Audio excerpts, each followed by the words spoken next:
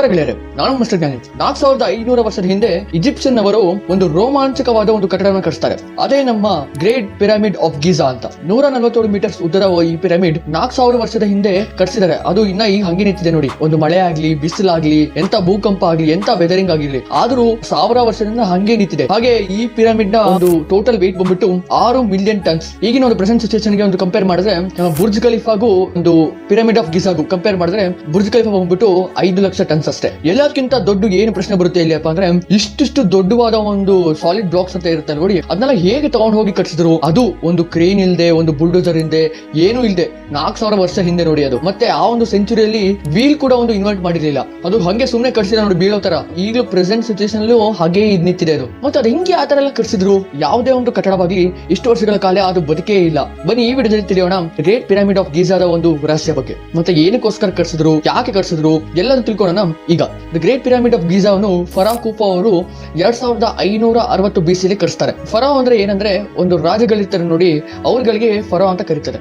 ಈ ಫರಾ ಕುಫಾ ಅವರ ಬಗ್ಗೆನೂ ಜಾಸ್ತಿ ನಮಗೆ ಗೊತ್ತಿಲ್ಲ. ಇವರು 2ನೇ ರಾಜ ಆಗಿದ್ರಂತೆ, the 4th dynasty of kingdom of Egypt ಅಂತ ಹೇಳ್ತಾರೆ. ಸೊ ಎಕ್ಸಾಕ್ಟ್ ಆಗಿ ಎಷ್ಟು ವರ್ಷ ಇವರು ಆಳಿದ್ದಾರೆ ಅಂತ ಒಂದು ಪ್ರೂಫ್ ಇಲ್ಲ. ಕೆಲವು ರೂಮರ್ಸ್ ಪ್ರಕಾರ 23 ವರ್ಷ ಕಾಲ ಆಳಿದ್ದಾರೆ, ಇನ್ ಕೆಲವು ಜನ ಹೇಳ್ತಾರೆ 34 ವರ್ಷಗಳ ಕಾಲ ಆಳಿದ್ದಾರೆ, ಇನ್ನೂ ಕೆಲವು ಜನ ಹೇಳ್ತಾರೆ 60 ವರ್ಷಗಳ ಕಾಲ ಒಂದು ರಾಜ್ಯಭಾರವನ್ನು ಮಾಡ್ಕೊಂಡ್ ಬಂದಿದ್ದಾರೆ ಅಂತ ಹೇಳ್ತಾರೆ. ಈ ಪಿರಮಿಡ್ ಲೊಕೇಟ್ ಆಗಿದ್ದು ನೈಲ್ ನದಿ ದಡದ ಒಂದು ವೆಸ್ಟ್ ಬ್ಯಾಂಕ್ ಹತ್ತಿರ ಇದೆ. ಇಲ್ಲಿ ಕಾಣಿಸ್ತಿರೋ ತರ ಇದೊಂದೇ ಪಿರಮಿಡ್ ಅಲ್ಲ ನಿಮಗೆ, ಇದರ ಜೊತೆ ಇನ್ನೆರಡು ಪಿರಮಿಡ್ ಕೂಡ ಇದೆ. ಟೋಟಲ್ ಆಗಿ ದೊಡ್ಡದಾದ ಪಿರಮಿಡ್ ಅಂದ್ರೆ ಬರೀ 3 ಪಿರಮಿಡ್ ಅಲ್ಲಿ ಒಂದು the great pyramid of Giza. ಇದನ್ನು ಪಿರಮಿಡ್ ಆಫ್ ಕುಫು ಅಂತಾನೂ ಕರೀತಾರೆ. ಇದನ್ನು ಕುಫು ಆಲ್ಟನಲ್ಲಿ ಕಟ್ಟಿದ್ದು ಅಂತ ಹೇಳ್ತಾರೆ. ಮತ್ತೆ ಅದಕ್ಕಿಂತ ಚಿಕ್ಕ ಪಿರಮಿಡ್ ಅಂದ್ರೆ ಪಿರಮಿಡ್ ಆಫ್ ಕಾಫ್ರೆ ಅಂತ. ಈ ಒಂದು ಪಿರಮಿಡ್ ಸೆಕೆಂಡ್ ಲಾರ್ಜೆಸ್ಟ್ ಪಿರಮಿಡ್ ಆಗಿದೆ. ಇದನ್ನು ಕುಫು ಅವರ ಮಗ ಕಾಫ್ರೆ ಅವರು ಕಟ್ಟಿಸಿದ್ದಾರೆ. ಮತ್ತೆ ಮೂರನೇದು ಎರಡಕ್ಕಿಂತ ಚಿಕ್ಕದು, ದ ಪಿರಮಿಡ್ ಆಫ್ ಮೆನ್ಕೌರ್ ಅಂತ. ಇದನ್ನು ಕಾಫ್ರೆ ಅವರ ಮಗ ಮೆನ್ಕೌರ್ ಅವರು ಕಟ್ಟಿಸಿದ್ದಾರೆ ಅಂತ ಹೇಳ್ತಾರೆ. ಆ ಜಮಾನದಲ್ಲಿ 3 ಮಾನ್ಯುಮೆಂಟ್ಸ್ ಅಂತ ಅನ್ಕೋಬೇಡಿ. ಇದರ ಜೊತೆಗೆ ದ ಗ್ರೇಟ್ ಫಿನಿಕ್ಸ್ ಮತ್ತು ಬರಿಯಲ್ ಟೋಮ್ಸ್ ಹಾಗೂ ಸುಮಾರು ಚಿಕ್ಕವಾದಂತಹ ಒಂದು ಪಿರಮಿಡ್ಸ್ ಗಳಿದಾವೆ. ಟೋಟಲ್ ಆಗಿ 118 ಪಿರಮಿಡ್ಸ್ ಗಳು ಇಲ್ಲಿದ್ದಾವೆ. ಈ 118 ಪಿರಮಿಡ್ ಗಳು ಒಂಥರ ಪಿರಮಿಡ್ ಶೇಪ್ ಅಲ್ಲಿ ಇಲ್ಲ. ಯಾಕಂದ್ರೆ ಈಗ ಒಂದು ಅರ್ಥಕ್ವೇಕ್ ಆಗಿರ್ಲಿ, ಮಳೆಯಿಂದಾಗಿರ್ಲಿ ಎಲ್ಲ ಒಂದು ಹಾಳಾಗೋಗಿದೆ.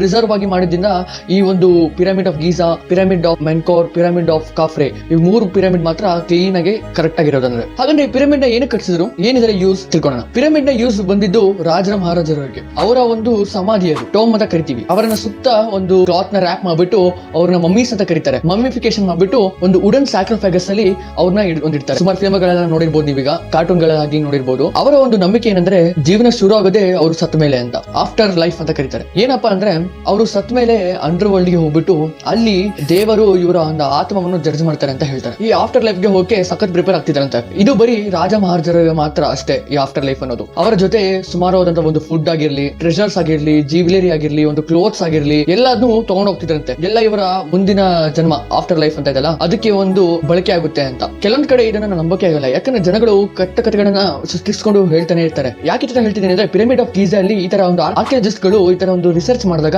ಅವ್ರಿಗೆ ಸಿಕ್ಕಿದ್ದು ಅಲ್ಲಿ ಒಂದು ಹುಕ್, ವುಡನ್ ಫ್ರಾಗ್ಮೆಂಟ್ ಮತ್ತು ಒಂದು ಬಾಲ್, ಹಾಗೆ ಒಂದು ಎಂಟಿ ಆದ ಒಂದು ಸಾರ್ಕೋಫಾಗಸ್. ಹೌದು, ಎಂಟಿ ಆದ ಒಂದು ಸಾರ್ಕೋಫಾಗಸ್. ಅಲ್ಲಿ ಒಂದು ಸ್ಕೆಲಿಟನ್ ಕೂಡ ಇರಲಿಲ್ಲ. ಹಿಂದೆ ಹೇಳಿರೋ ಪ್ರಕಾರ ಅಲ್ಲಿ ಕೂಫುದಾದ್ರೂ ಒಂದು ಸಾರ್ಕೋಫಾಗಸ್ ಇರ್ಲೇಬೇಕಲ್ವಾ? ಏನಕ್ಕಿಲ್ಲ ಮತ್ತೆ ಆತರ? ಅದನ್ನೆಲ್ಲ ಬಿಡಕ್ ಬಿಡಿ. ಟ್ರೆಜರ್ಸ್, ಜ್ಯುವೆಲರೀಸ್ ಅದು ಕೂಡ ಇಲ್ಲ. ಅದನ್ನ ಯಾರಾದ್ರೂ ಲೂಟಿಯಾದ್ರೂ ಮಾಡಿರಬಹುದು, ಅದು ಗೊತ್ತಿಲ್ಲ. ಇನ್ನೊಂದು ಥಿಯರಿ ಏನಪ್ಪಾ ಬರುತ್ತಂದ್ರೆ, ಈ ಒಂದು ಪಿರಮಿಡ್ ಎಲೆಕ್ಟ್ರಿಸಿಟಿಯನ್ನು ಪ್ರೊಡ್ಯೂಸ್ ಮಾಡುತ್ತಂತೆ. ಆ ಕಾಲದ ಒಂದು ಈಜಿಪ್ಷಿಯನ್ಸ್ ಗಳು ಸಖತ್ ಬ್ರಿಲಿಯಂಟ್ ಆಗಿದ್ರಂತೆ. ಅವರು ಈ ತರ ಒಂದು ಟೆಕ್ನಾಲಜಿ ಸಖತ್ ಫಾಸ್ಟ್ ಫಾರ್ವರ್ಡ್ ಆಗಿದ್ರಂತೆ. ಅದಕ್ಕೆ ಈ ತರ ಎಲೆಕ್ಟ್ರಿಸಿಟಿ ಎಲ್ಲ ಜನರೇಟ್ ಮಾಡಕ್ ಬರುತ್ತೆ ಅವರಿಗೆ. ಇದರ ಒಂದು ಎವಿಡೆನ್ಸ್ ಆಗಿ ಅವರ ಒಂದು ಟೆಂಪಲ್ ಅಲ್ಲಿ ಆರ್ಟ್ ವರ್ಕ್ಸ್ ಎಲ್ಲ ಬರ್ತಿದ್ದಾರೆ. ಆ ಆರ್ಟ್ ವರ್ಕ್ಸ್ ಅಲ್ಲಿ ಈ ತರ ಒಂದು ಬಲ್ಬ್ ಶೇಪ್ ತರ ಕಾಣಿಸ್ತಿದೆ ನೋಡಿ, ಇದು ಅವ್ರು ಇನ್ವೆಂಟ್ ಮಾಡಿರೋದಂತೆ. ಹಾಗಂದ್ರೆ ಥಾಮಸ್ ಆಲ್ವಾ ಎಡಿಸನ್ ಅವರು ಬಲ್ಬ್ ಇನ್ವೆಂಟ್ ಮಾಡಕ್ಕಿಂತ ಮುಂಚೆನೆ ಇವ್ರು ಮಾಡಿದ್ರು ಹಂಗಾದ್ರೆ. ಹಾಗೆ ಇದೊಂದು ಎವಿಡೆನ್ಸ್ ಇದೆಯಲ್ಲ, ಇದು ಎವಿಡೆನ್ಸ್ ಎಲ್ಲ ಥಿಯರಿ, ಒಂದು ಲಾಜಿಕ್ ಸೆನ್ಸೇ ಮಾಡಲ್ಲ ಅಂತ. ಮತ್ತೆ ಏಷ್ಯನ್ ಜನಗಳು ಲೈಟ್ ಬಲ್ಬ್ ಯೂಸ್ ಮಾಡ್ತಿದ್ರೆ ಮತ್ತೆ ಅದರ ಎವಿಡೆನ್ಸ್ ಏನಕ್ಕೆ ಇಲ್ಲ? ಸೊ ಇದೆಲ್ಲ ಅಮೆರಿಕನ್ ಪೊಲಿಟಿಷಿಯನ್ ಆದ ಒಂದು ಬೆನ್ ಕಾರ್ಸನ್ ನವರು 1998 ರಲ್ಲಿ ಒಂದು ಪ್ರಶ್ನಿಸ್ತಾರೆ. ಮತ್ತೆ ಹೇಳ್ತಾರೆ, ಜೀಸಸ್ ಕ್ರೈಸ್ಟ್ ಅವರೇ ಬಂದ್ಬಿಟ್ಟು ಇದೆಲ್ಲ ಫುಲ್ ಪಿರಮಿಡ್ ನ ಕಟ್ಟಿಸಿದ್ದು ಅಂತ ಹೇಳ್ತಾರೆ. ಮತ್ತೆ ಈ ಪಿರಮಿಡ್ ನ ಇವಾಗ ಹೇಗೆ ಕಟ್ಟಕ್ ಬಂದ್ರು ಅಂತ. ಮತ್ತೆ KGF ಮೂವಿಯಲ್ಲಿ ಈ ತರ ಒಂದು ಹಿಂಸೆ ಕೊಟ್ಟು ಜನರನ್ನೆಲ್ಲ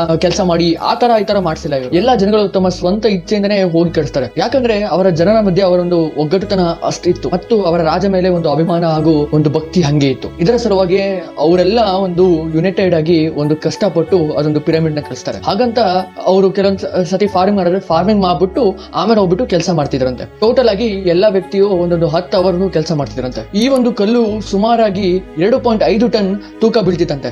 ಆಮೇಲೆ ಕಿಂಗ್ಸ್ ಚೇಂಬರ್ ಅಲ್ಲಿ ಯೂಸ್ ಮಾಡ್ತಿದ್ದ ಒಂದು ಕಲ್ಲುಗಳು 25 ರಿಂದ 80 ಟನ್ ವರೆಗೂ ಇತ್ತಂತೆ. ಮತ್ತೆ ಈ ಒಂದು ಕಲ್ಲನ್ನ ಹೇಗೆ ಕ್ಲೀನ್ ಆಗಿ ಕಟ್ ಮಾಡಿದ್ದಾರೆ ಅಂದ್ರೆ ಒಳ್ಳೆ ಮಾಡರ್ನ್ ಎಕ್ವಿಪ್ಮೆಂಟ್ಸ್ ಯೂಸ್ ಮಾಡ್ಕೊಂಡು ಕಟ್ ಮಾಡಿದಾರ ಕಾಣಿಸುತ್ತಂತೆ. ಹೇಗೆ ಕಟ್ ಮಾಡಿದ್ರು ಈ ಕಲ್ಲನ್ನೆಲ್ಲ? ಅವಾಗ ಬಳಕೆ ಆಗ್ತಿದ್ದು ಕಾಪರ್. ಸೊ ಅವರು ಕಾಪರ್ ಇಂದ ಈ ತರದ್ದು ಎಕ್ವಿಪ್ಮೆಂಟ್ಸ್ ಮಾಡ್ಕೊಂಡು ಈ ಒಂದು ಬ್ಲಾಕ್ಸ್ ನೆಲ್ಲ ಕಟ್ ಮಾಡ್ತಿದ್ರಂತೆ. ಅದು ಬರೀ ಲೈಮ್ ಸ್ಟೋನ್ಸ್ ಗೆ ಮಾತ್ರ. ಮತ್ತೆ ಗ್ರಾನೈಟ್ ಗಳೆಲ್ಲ ಡಾಲರೈಟ್ ಎಂಬ ಒಂದು ಕಲ್ಲನ್ನು ಯೂಸ್ ಮಾಡ್ಕೊಂಡು ಕಟ್ ಮಾಡ್ತಿರಂತೆ. ಮತ್ತೆ ಕೆಲವೊಂದು ದೊಡ್ಡ ದೊಡ್ಡ ಕಲ್ಸ್ನೆಲ್ಲ ಹೇಗೆ ಈಸಿಯಾಗಿ ಬ್ರೇಕ್ ಡೌನ್ ಮಾಡ್ತಿದ್ರೆ ವುಡನ್ ವೆಡ್ಜರ್ಸ್ ನ ಹಾಕ್ಬಿಟ್ಟು ಅದ್ರ ಮಧ್ಯೆ ಒಂದು ಹ್ಯಾಮರ್ ಹೊಡೆದು ಅದನ್ನ ಒಂದು ಓಪನ್ ಮಾಡ್ತಿದ್ರಂತೆ ಕಲ್ನೆ. ಏನೇನ್ ಮೆಟೀರಿಯಲ್ ಯೂಸ್ ಮಾಡಿದ್ದಾರೆ ಅಂದ್ರೆ ಸುಮಾರು 5.5 million tons of lime stone use ಮಾಡಿದ್ದಾರೆ ಮತ್ತು 8,000 ಟನ್ಸ್ ಅಷ್ಟು ಒಂದು ಗ್ರಾನೈಟ್ ಯೂಸ್ ಮಾಡಿದ್ದಾರೆ. ಹಾಗೆ 5 ಲಕ್ಷ ಟನ್ಸ್ ಆಫ್ ಒಂದು ಮೋಟರ್ ನ ಯೂಸ್ ಮಾಡಿದ್ದಾರೆ. ಅಕ್ಕಪಕ್ಕದ ಜಾಗದಿಂದಲೇ ಈ ಒಂದು ಕಲ್ಲು ಬಂದಿರೋದು. ಜಾಸ್ತಿ ಅಂದ್ರೆ ಬಂದಿರೋದು ಇದು ಸದರ್ನ್ ಈಜಿಪ್ಟ್ ಇಂದ. ಆ ಜಾಗದಿಂದ ಸದರ್ನ್ ಈಜಿಪ್ಟ್ ಬಂದ್ಬಿಟ್ಟು 800 ಕಿಲೋಮೀಟರ್ಸ್ ಇದೆ. ಮತ್ತೆ ಇನ್ನೊಂದು ದೊಡ್ಡ ಕ್ವಶನ್, ಹೇಗೆ ಈ ರಾಕ್ಸ್ ನ ತಗೊಂಡು ಹೋಗ್ತಾ ಇದ್ರು ಅಂತ. ಅದು ಒಂದು ವೆಹಿಕಲ್ಸ್ ಇರಲಿಲ್ಲ, ಒಂದು ವೀಲೇ ಇನ್ವೆಂಟ್ ಮಾಡಿರಲಿಲ್ಲ ಆ ಪೊಸಿಷನ್ ಅಲ್ಲಿ. ಇಲ್ಲಿ ಇನ್ವೆಂಟ್ ಮಾಡಿದ್ರು ಅದನ್ನ ಬರೀ ಒಂದು ಪಾಟರಿ ಆ ತರ ಒಂದು ಕೆಲಸಕ್ಕೆ ಯೂಸ್ ಮಾಡ್ತಿದ್ರು ಅಷ್ಟೇ. ಈ ತರ ಹಿಂಗೆ ಮೇನ್ ಲಿಫ್ಟಿಂಗ್ ಆ ತರಕ್ಕೆಲ್ಲ ಯೂಸ್ ಮಾಡ್ತಿರ್ಲಿಲ್ಲ ವೀಲ್ ಗಳನ್ನ. 1900 BC ಯಲ್ಲಿ ದ ಟೂಂಬ್ ಆಫ್ ಜೆಜಿಹೋಟೆಪ್ ಇದರ ಒಂದು ಪೇಂಟಿಂಗ್ ಪ್ರಕಾರ ಇಲ್ಲಿ ನೋಡಿ ಹೇಗೆ ಅದನ್ನ ಒಂದು ಪುಲ್ ಮಾಡ್ಕೊಂಡು ಹೋಗ್ತಿದ್ದಾರೆ ಅಂತ. ಹಾಗೆ ಇಲ್ಲೊಂದು ಚಿಕ್ಕದಾಗ ಇಮೇಜ್ ನೋಡಿ ವಾಟರ್ ಹಾಕ್ತಿರೋದು. ಮತ್ತೆ ಫಿಸಿಸಿಸ್ಟ್ ಆದ ಡ್ಯಾನಿಯಲ್ ಬೌನ್ ಮತ್ತು ಅವರ ಟೀಮ್ ಅವರಿಗೆ ಗೊತ್ತಾಯ್ತು ಈ ತರ ಒಂದು ಸ್ಯಾಂಡ್ ಮೇಲೆ ನೀರ್ ಹಾಕಿದಾಗ ಅದರ ಒಂದು ಫ್ರಿಕ್ಷನ್ ಕಮ್ಮಿ ಆಗುತ್ತೆ ಮತ್ತೆ ಆರಾಮ್ಸೆ ಒಂದು ಪುಲ್ ಮಾಡ್ಕೊಂಡು ಹೋಗಬಹುದು ಅಂತ. ಈ ತರ ಒಂದು ಬೋರ್ಡ್ ಶೇಪ್ ಮಾಡ್ಕೊಂಡು ಅದರ ಮೇಲೆ ಈ ತರ ಒಂದು ಪಿರಮಿಡ್ ಬ್ಲಾಕ್ಸ್ ನ ಇಟ್ಬಿಟ್ಟು ಅದರಿಂದ ಹಿಂಗೆ ಒಂದು ನೀರನ್ನ ಪೋರ್ ಮಾಡಿದಾಗ ಅದು ಈಸಿಯಾಗಿ ತಳ್ಕೊಂಡು ಹೋಗ್ಬಿಟ್ಟು ಅವರು. ಇದು ರೀಸೆಂಟ್ ಆಗಿ ಫೌಂಡ್ ಆಗಿದ್ದ ಒಂದು ಥಿಯರಿ. ಇದು 2014 ನಲ್ಲಿ 2015ರಲ್ಲಿ ಫ್ರೆಂಚ್ ಹಾಗೂ ಒಂದು ಇಂಗ್ಲಿಷ್ ಆರ್ಕಿಯಾಲಜಿಸ್ಟ್ ಒಂದು ಟೀಮ್ ಗಳಿಗೆ ಒಂದು ರ್ಯಾಂಪ್ ಸಿಕ್ಕಿದೆ ಅವರಿಗೆ. ಅದರ ಒಂದು ಬಿಲೀಫ್ ಇಟ್ಕೊಂಡು ಅವ್ರ ಈ ತರ ಒಂದು ಇನ್ವೆಸ್ಟಿಗೇಟ್ ಮಾಡಿದ್ರು. ಸೊ ಅವರು ಈ ತರ ಸಜೆಸ್ಟ್ ಮಾಡ್ತಾರೆ ಹೀಗೆ ಒಂದು ರ್ಯಾಂಪ್ ಕ್ರಿಯೇಟ್ ಮಾಡಿರ್ತಾರೆ. ಪ್ರತಿ ಒಂದು ಬ್ಲಾಕ್ಸ್ ಇಡಕ್ಕೂ ಒಂದು ಪಿರಮಿಡ್ ಹಿಂಗೆ ಹೈಟ್ ಆಗ್ತಾ ಇರುತ್ತೋ ಅದೇ ತರ ಒಂದು ರ್ಯಾಂಪ್ ಕ್ರಿಯೇಟ್ ಮಾಡ್ಕೊಂಡು ಹೋಗ್ತಾರೆ ಸುಖತ್ ಎಂಡ್ ವರೆಗೂ ಅಂತಾನೆ ಹೇಳ್ತಾರೆ. ಈಗ ಈ ಒಂದು ಸ್ಲೋಪ್ ನಲ್ಲಿ ಮೇಲೆ ಕಲ್ನ ಕಳಿಸ್ಬೇಕಲ್ಲ, ಅದ್ ಹೆಂಗ್ ಮಾಡ್ತಿದ್ದಾರೆ ಅಂದ್ರೆ ಈ ಒಂದು ರ್ಯಾಂಪ್ ಹತ್ರ ಈ ತರ ಒಂದು ವುಡನ್ ಸರ್ಕಲ್ಸ್ ಗಳನ್ನ ಇಡ್ತಿರಂತೆ. ಆ ವುಡನ್ ಸರ್ಕಲ್ಸ್ ಗೆ ಹಗ್ಗವನ್ನ ಹಾಕ್ಬಿಟ್ಟು ಬ್ಲಾಕ್ಸ್ ನ ಮುಂತರಿಸ್ತಾ ಇದ್ರಂತೆ. ಇದನ್ನು ಜೋಸೆಫ್ ವೆಸ್ಟ್ ಅವರು 2014ರಲ್ಲಿ ಈ ತರ ಒಂದು ಸಜೆಸ್ಟ್ ಮಾಡಿದ್ರು. ಮತ್ತೆ ಇನ್ನೊಂದು ಥಿಯರಿ ಹೇಳುತ್ತಪ್ಪ ಅಂದ್ರೆ ಇವರು ಒಂದು ಲೀವರ್ಸ್ ಗಳ ಹೆಲ್ಪ್ ಇಂದ ಈ ತರ ಒಂದು ವೇಟ್ಸ್ ನ ಹಾಕ್ಬಿಟ್ಟು ಆ ಕಡೆಯಿಂದ ಈ ಕಡೆ ಒಂದು ಬ್ಲಾಕ್ಸ್ ನ ಶಿಫ್ಟ್ ಮಾಡೋ ತರ ಮಾಡ್ತಿರಂತೆ. ಆದ್ರೆ ಇದೆಲ್ಲಕ್ಕಿಂತ ಒಂದು ದೊಡ್ಡ ಮಿಸ್ಟ್ರಿ ಏನಂದ್ರೆ ಈ ಒಂದು ಪಿರಮಿಡ್ ಕಟ್ಸಿದ್ದು ಬರೀ 20 ವರ್ಷದಲ್ಲಿ ಅಂತ ಹೇಳ್ತಾರೆ. 20 ವರ್ಷದಲ್ಲಿ ಹೆಂಗ್ ಕಟ್ಸಿದ್ದಾರೆ ಅಂದ್ರೆ ಒಬ್ಬ ವ್ಯಕ್ತಿನೂ ಈ ಒಂದು ಕಲ್ಲಿದೆ ನೋಡಿ 3 ನಿಮಿಷದಲ್ಲಿ ಹೋಗ್ಬಿಟ್ಟು ತಂದು ಅಲ್ಲಿ ಇಡ್ಬೇಕಂತ ಇದೆ. ಅಷ್ಟ ಆಗ್ಲಿಲ್ಲ ಅಂದ್ರೆ 20 ವರ್ಷದಲ್ಲಿ ಕಟ್ಸಕ್ಕೆ ಆಗಲ್ಲ. ದಿನಕ್ಕೂ ಈ ತರ ಒಂದು ಕೆಲಸ ಮಾಡ್ತಾನೆ ಇರ್ಬೇಕು. ಅದ್ ಹೆಂಗ್ ಮಾಡಿದ್ರು ಬರೀ 3 ನಿಮಿಷದಲ್ಲಿ ಅಂತ ಅದೊಂದು ಹೇಳಕ್ಕೆ ಅಸಾಧ್ಯ. ಅದು ಅದಕ್ಕೆ ಇದೊಂದು ದೊಡ್ಡ ಮಿಸ್ಟ್ರಿನೇ ಆಗಿ ಉಳಿದಿದೆ. ಬಾಟಮ್ ಅಲ್ಲೆಲ್ಲ ಮೋಟಾರ್ ನ ಯೂಸೇ ಮಾಡಿಲ್ಲ, ಮೇಲೆ ಮಾತ್ರ ಒಂದು ಮೋಟಾರ್ಸ್ ನ ಯೂಸ್ ಮಾಡಿದ್ದಾರೆ. ಯಾಕಂದ್ರೆ ಸಖತ್ತು ಒಂದು ಸ್ಟ್ರಾಂಗ್ ಆಗಿರ್ಲಿ ಅಂತ ಎಲ್ಲ ಕೂಡ. ಅದಕ್ಕೆ ನೋಡಿ ನಮ್ಮ ಒಂದು ಅರ್ಥಕ್ವೇಕ್ ಗಳಿಂದ ಎಲ್ಲ ಎಷ್ಟು ಸರ್ವೈವ್ ಆಗಿದೆ ಇದು ಅಂತ. ಮತ್ತೆ ಸೈಂಟಿಸ್ಟ್ ಗಳಿಗೆ ಈ ಒಂದು ಮೋಟಾರ್ ನ ಎಕ್ಸಾಕ್ಟ್ ಕೆಮಿಸ್ಟ್ರಿ ಗೊತ್ತಿದೆ, ಆದ್ರೆ ಅದನ್ನ ಒಂದು ಮತ್ತೆ ಕ್ರಿಯೇಟ್ ಮಾಡಕ್ಕೆ ಅವರಿಗೆ ಗೊತ್ತಿಲ್ಲ. ಮೋಟಾರ್ ಅಂದ್ರೆ ಬೇಸಿಕಲಿ ಈ ತರ ಒಂದು ಜೆಲ್ಲಿ ಕಲ್ಲು, ಈಗ ಸಿಮೆಂಟ್ ಇರುತ್ತೆ ನೋಡಿ ಆ ಟೈಪ್ ಇದು. ಲಾಸ್ಟ್ ಇದರ ಒಂದು ಔಟರ್ ಕವರಿಂಗ್ ಬಗ್ಗೆ ಮಾತಾಡಿದ್ರೆ ಒಂದು ವೈಟಿಸ್ ಲೈಮ್ ಸ್ಟೋನ್ ಯೂಸ್ ಮಾಡಿದ್ರು. ಅದೆಲ್ಲ ಈಗ ವರ್ಷದಿಂದ ವರ್ಷ ಕಾಲಕ್ಕೆ ಕಾಲ ವೆದರಿಂಗ್ ಆದ ಕೂಡಲೇ ಅವೆಲ್ಲ ಪ್ರೋಸೆಸ್ ಕಮ್ಮಿ ಆಗ್ತಾ ಹೋಯ್ತು 3 ಪಿರಮಿಡ್ ಗಳನ್ನು. ಆದ್ರೆ ಈಗ ಒಂದು ಪಿರಮಿಡ್ ಆಫ್ ಗೀಜಾದಲ್ಲಿ ನೀವು ನೋಡಬಹುದು ಮೇಲೆ ಟಾಪ್ ಅಲ್ಲಿ ಸ್ವಲ್ಪ ವೈಟಿಶ್ ಹಂಗೆ ಇದೆ. ಹಾಗೆ ಒಂದು ಇಂಟ್ರೆಸ್ಟಿಂಗ್ ಫ್ಯಾಕ್ಟ್ ಏನಪ್ಪಾ ಅಂದ್ರೆ ಈ ಪಿರಮಿಡ್ ಗಳು ಎಕ್ಸಾಕ್ಟ್ ಆಗಿ ಹೆಂಗ್ ಪ್ಲೇಸ್ ಆಗಿದೆ ಅಂದ್ರೆ ಒಂದು ಡೈರೆಕ್ಷನ್ಸ್ ಗಳಲ್ಲಿ ಪ್ಲೇಸ್ ಆಗಿದೆ. North, south, east, West.